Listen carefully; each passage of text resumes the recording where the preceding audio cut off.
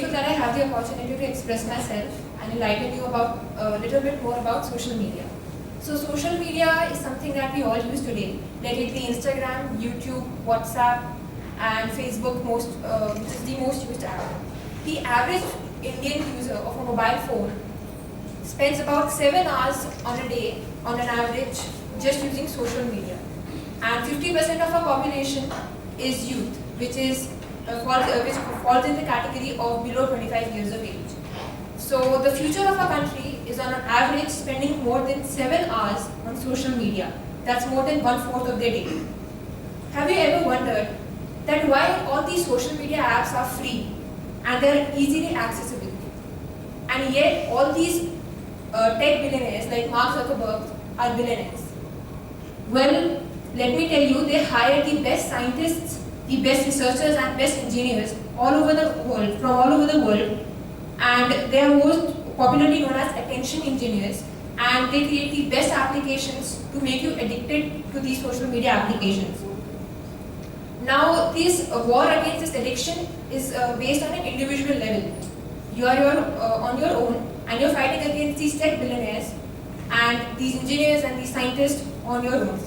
I would like to bring in some statistics, which is that India's global social media GDP is around $2.231 billion, which is more than the GDP of many countries.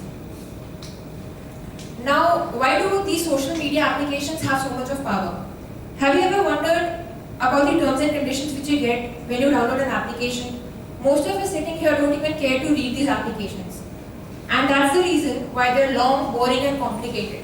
When you click on the agree button, you are actually coming in a legal contract with a company that allows the company to use your data. Now, most of you must be thinking that we just give our phone numbers, email ID, our name. But yet, you don't know the power these applications have. In 2017, New York City University, two professors, Professor Jonathan and Professor Ann, they conducted an experiment and they created a fake website named NameDrop. And they enrolled the students into them, and they created terms and conditions. And an average terms and condition application contains 2,000 words. And the main motive of creating this website was to see how many students actually read the terms and conditions.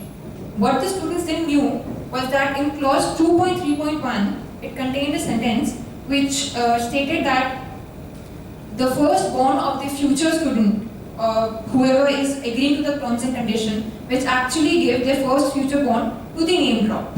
And shockingly, 75% of the students actually clicked on agree button. There were only 15% students who actually read the terms and conditions. Also, these social media applications may manipulate your decisions, and they track each and every single move. Let it be liking a social media post, posting something, or commenting something.